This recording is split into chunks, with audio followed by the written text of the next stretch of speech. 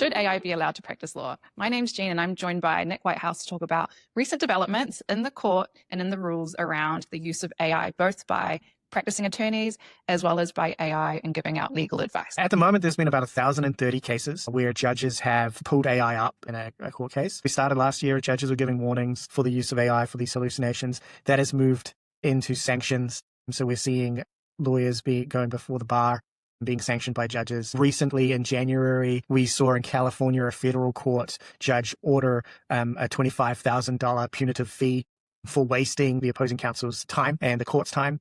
And more recently, as of the last week, we've actually seen Nippon Life Insurance take OpenAI to court for practicing without a license. So we've seen this explosion of misuse of AI in court, and we've seen the warnings move into punitive damages, now moving into the frontier models being sued. Jumping into a bit about these hallucinations, AI promises huge opportunity when it comes to lowering the costs, the time it takes to do the work in a piece of litigation. What are the misuse examples that we're seeing? So when we say hallucinations, these are cases that don't exist. Yeah, so things like fabricated case law, fabricated legal norms, false quotes, misrepresentations, outdated advice, all of these sorts of things are being pulled in. You talked about in one of those cases, the concern there being not only the miscarriage of justice, professional duties, but it's also just a huge waste of time for all parties involved. And not only is it about hallucinations, we've also seen cases where the way you prompt the AI to help you can also lead to content that can be considered plagiarism. And so multiple layers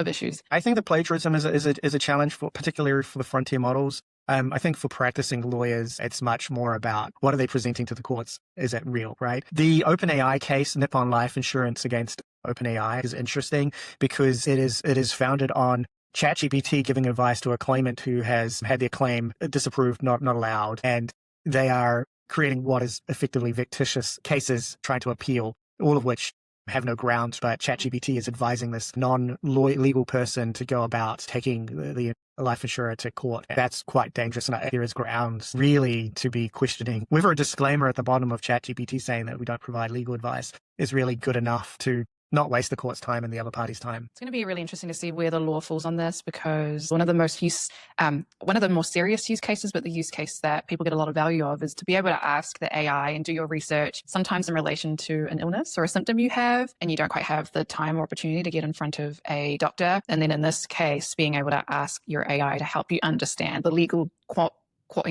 challenge that you're dealing with right now. And we know that access to justice is actually not at the level we want it to be at. It's very costly, it's very time consuming, and really not accessible to many who have a huge need for it. And so in some ways, AI can be a big alleviator of that challenge, but you don't want it to be giving false advice. I'm having people to pursue cases that they shouldn't be pursuing, and like you say, wasting everyone's time.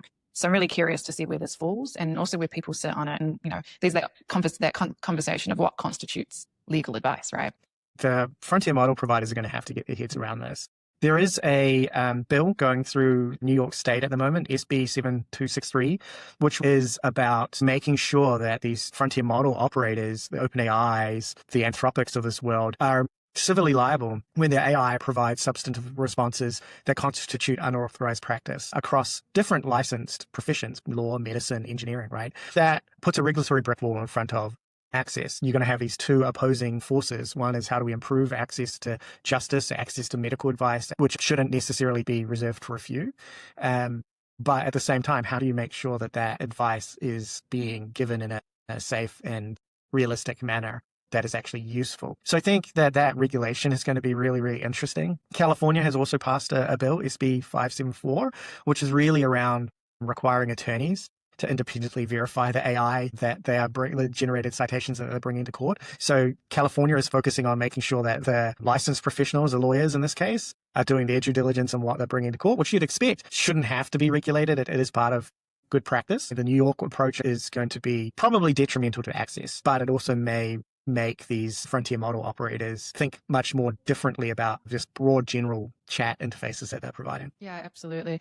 And I think you're right. Some of this should go without saying and shouldn't necessarily require regulation when it comes to lawyers' use, because it touches every aspect of your professional obligations, from competence through to diligence AKA, are you actually reviewing the results you're getting from the AI, and are you actually understanding what you're putting into those briefs and making sure it's accurate before you put it in front of the court? And confidentiality. And I think confidentiality is a really interesting one because it relates to, should AI be able to give legal advice? I think whenever any of us have any problems today, one of the first port of calls we go to is to our either Google search, or now it's automatically connected to an AI chat, but going to a chat GPT and asking questions so that we can figure out the situation we're in.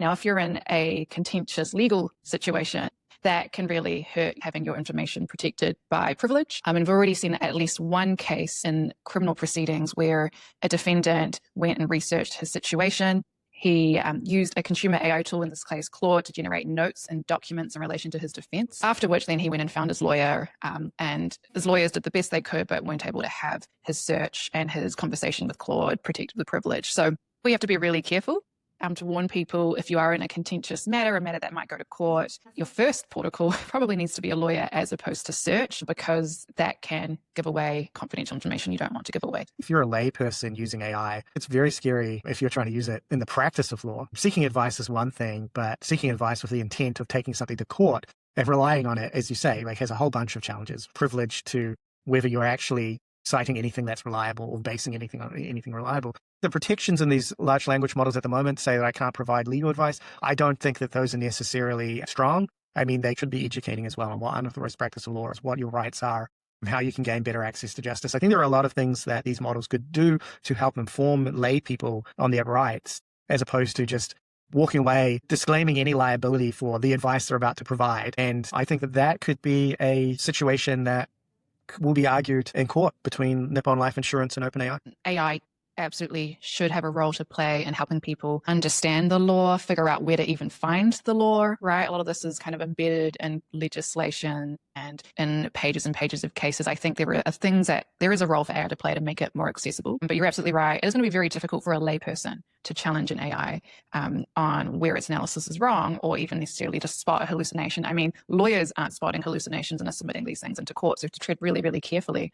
And I think the other big risk is how you prompt the AI has a really big influence on what it tells you. And so when you're in a dispute, there is a tendency to look for confirmation bias. So we already know that AI can be a little sycophantic. Yeah. And so it has a tendency to tell you what you want to hear, and that could be to say that you have a very strong case that you should pursue, or that you should assert your rights when you maybe shouldn't.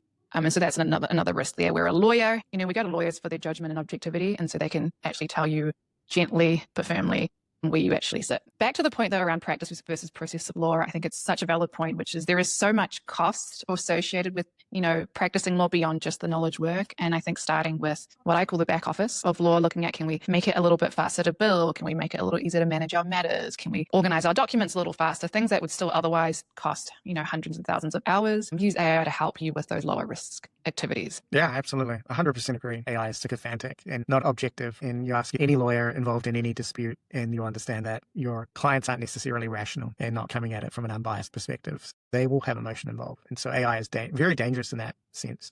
Helping with back office, there are so many tools out there and so many uses of AI that really do help speed it up. One thing that we teach in On It to our staff is about AI supervision. And I talk about this a lot, but AI is not your co-pilot. It does not sit in the seat next to you flying the plane. The AI works for you, just like a paralegal or a junior attorney on your team going off and doing work for you. If you are the partner and you're managing that, you have to have proper oversight of it, and you have to make sure you've done your diligence on it before you take it before a court, before you take it before your clients. And so everything that is going on, to me, my takeaway is actually positive in two ways. One, clearly lawyers are using AI, and there is clearly an opportunity for greater value and greater efficiency. We just have to figure out the safe way to be doing that. And then secondly, I think the flurry of court cases is really great awareness building for the legal profession about this. I think we just need to watch and see what happens with the AI providers. So thank you so much, Nick. To our listeners, what do you think? Should AI be able to practice law? Let us know in the comments.